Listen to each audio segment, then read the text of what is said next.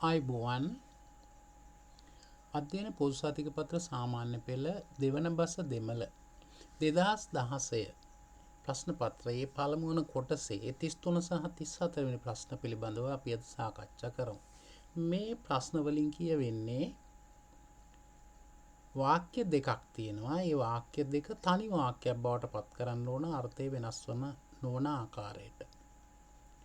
33 වෙනි ප්‍රශ්නේ තියෙනවා මෙන්න මෙහෙම. நான் சோறு சாப்பிடுகிறேன். நான் சோறு சாப்பிடுகிறேன். மம பத் கமி. நீங்கள் சோறு சாப்பிடுகிறீர்கள். නුඹ බත් කහි. දැන් මේක තනි වාක්‍යයක් බවට අපි සිංහලෙන් හැරෙව්වොත් නුඹ සහ මම එහෙම නැත්නම් නුඹත් මමත් බත් කමු. මෙතන විශේෂ රීතියක් තියෙනවා. මධ්‍යම පුරුෂ සහ උත්තම පුරුෂ. උත්තම පුරුෂ කියලා කියන්නේ තමුන්. උත්තම පුරුෂ වාක්‍ය උත්තම පුරුෂ උක්තයක් සමග මධ්‍යම පුරුෂ හෝ ප්‍රථම පුරුෂ උක්තයක් යෙදුණු කල්හි තනි වාක්‍යයක් බවට හැරවීමේදී වාක්‍යයේ ආඛ්‍යාතය උත්තම පුරුෂ ස්වරූපය ගන්නවා.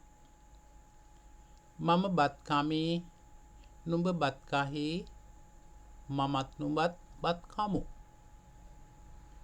දෙමළ භාෂාවටත් පොදුයි.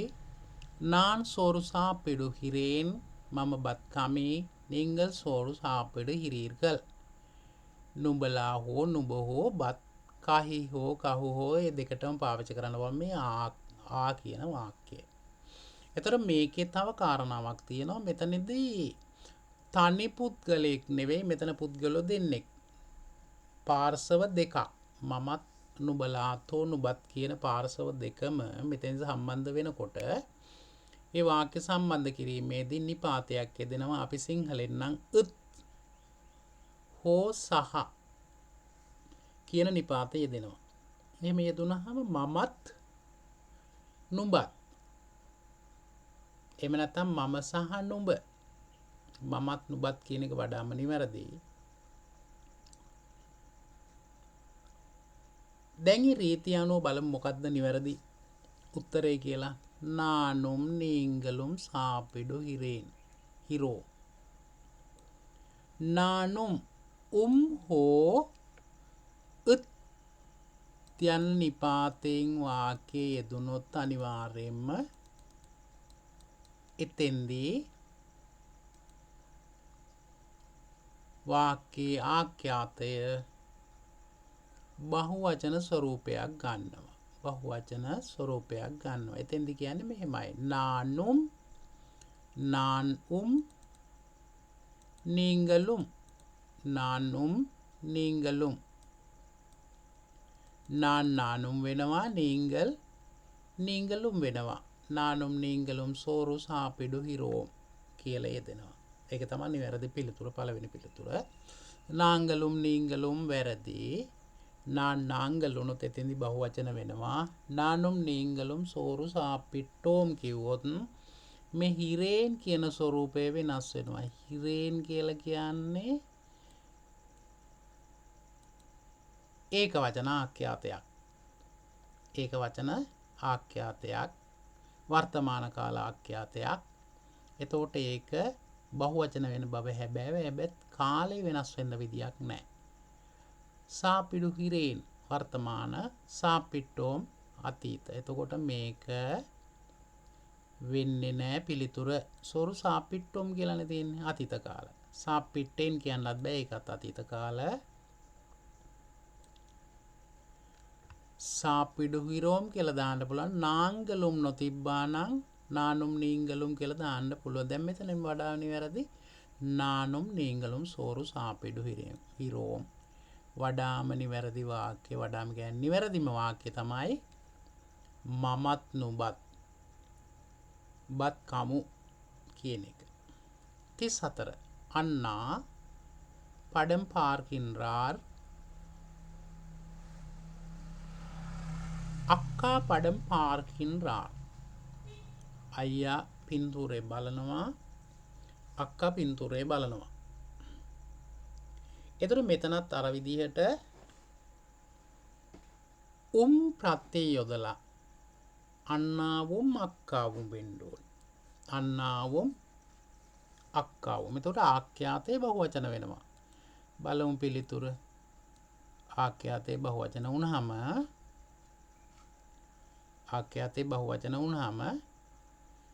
අන්නාවුම් අක්කාවුම්. මොකද මේ උක්ත දෙකම ප්‍රථම පුරුෂයට අයිති වෙන්නේ. අයියාත් අක්කාත් ප්‍රථම පුරුෂය.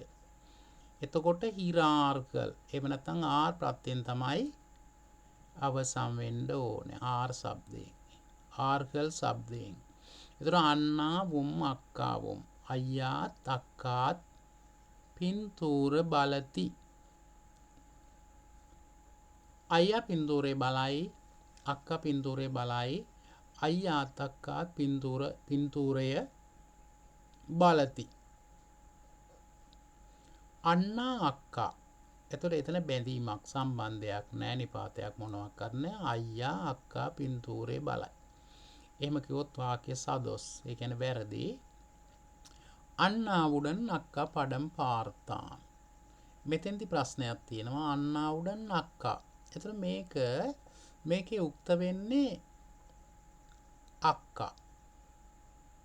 අයියා එක්කලා අක්කා පින්තූරේ බලනවා. උක්ත වෙන්නේ අක්කා. එතකොට මෙතන වාක්‍ය නම් හරි මෙතෙන්ට දක්වා. ඒ වුණාට මෙතන පින්තූරේ අයියත් බලනවානේ. එතකොට අන්නා උඩන් සමයට අයියා අහක බලන් ඉන්නවා වෙන්න පුළුවන්. අක්කා පින්තූරේ බලනවා වෙන්න පුළුවන්. එතන වාක්‍ය වැරදි. අන්නාවුම් අක්කාවුම් පඩම් පාර්තාර්කල්. එතකොට පාර්තාර්කල් කියන එකත් වැරදි. ඇයි? මේක අතීත කාලෙනේ. ඒක අතීත කාලේ පාර්තාර්කල් බැලූහ. මෙතන තියෙන්නේ වර්තමාන කාලේ පාර්කින්රාර් බලයි. එතකොට ඒක බලති වෙන්න එපා. අයියාත් අක්කා පින්තූරය බලති. මේකේ ඉන්නේ පාර්කින්රනර්. පාර්කින්රාර්කල් කියන එකත් පාර්කින්රනර් කියන එකත් සමානයි. අන්නා පඩම් පාර්කින්රාර්, අක්කා පඩම් පාර්කින්රාර්, අන්නාවුම් අක්කාවුම් පඩම් පාර්කින්රනර්, පාර්කින්රාර්කල් වර්තමාන කාලේ.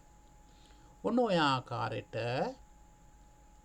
අපිට පුළුවන් වාක්‍ය දෙකක් වැරදි අර්ථයෙන් වෙනස් නොවනසේ තනි වාක්‍යයක් බවට හරවන්න. මෙතෙන් තව වැදගත් කාරණාවක් තියෙනවා. දැන් මෙතන පුද්ගලයෝ දෙන්නෙක් තමයි මේ ප්‍රශ්න දෙකේම මේ ක්‍රියාවන් කරලා තියෙන්නේ. මොකද කරලා තියෙන්නේ? එකම ක්‍රියාවන්නේ කරලා තියෙන්නේ. එකම ක්‍රියාව. පළවෙනි වාක්‍ය දෙකේ බත් කන එක, දෙවෙනි වාක්‍ය දෙකේ පින්තූරය බලන එක. එතන මේ දෙන්නෙක් එකම ක්‍රියාවක් කරනකොට හෝ උඩන් හෝ දැන් දෙමළ භාෂාවෙන් ප්‍රත්‍ය යොදලා සම්බන්ධ කරන්න පුළුවන්. අන්නාවුම් අක්කාවුම්. නානුම් නීංගලු. දැන් අපේ භාෂාවේ නම් උත්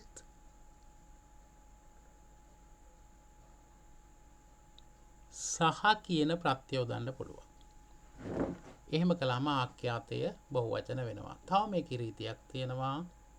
තනි පුද්ගලයේ ක්‍රියාවන් දෙකක් කරලා වාක්‍ය දෙකක් තිබුණොත් ඒක ඉදිරියේදී අපිට බලා ගන්න පුළුවන්. තනි පුද්ගලයේ ක්‍රියාවන් දෙකක් කරලා වාක්‍ය තිබුණොත් එතෙන්දී ඒකේ පළවෙනි වාක්‍යයේ අවසාන ක්‍රියාව පූර්ව ක්‍රියාවක් බවට පත් කරනවා. ඒ කරලා වාක්‍ය දෙක එකතු කරන්න පුළුවන්. ඒක අනික් ක්‍රමය. හොඳයි අපි එහෙමනම් තවත් මේ වගේ පාඩමකින් මේ ආකාරයෙන්ම පාඩමකින් මුණ ගැහෙමු. එතෙක් ඔබට ආයුබෝවන් වණකම්.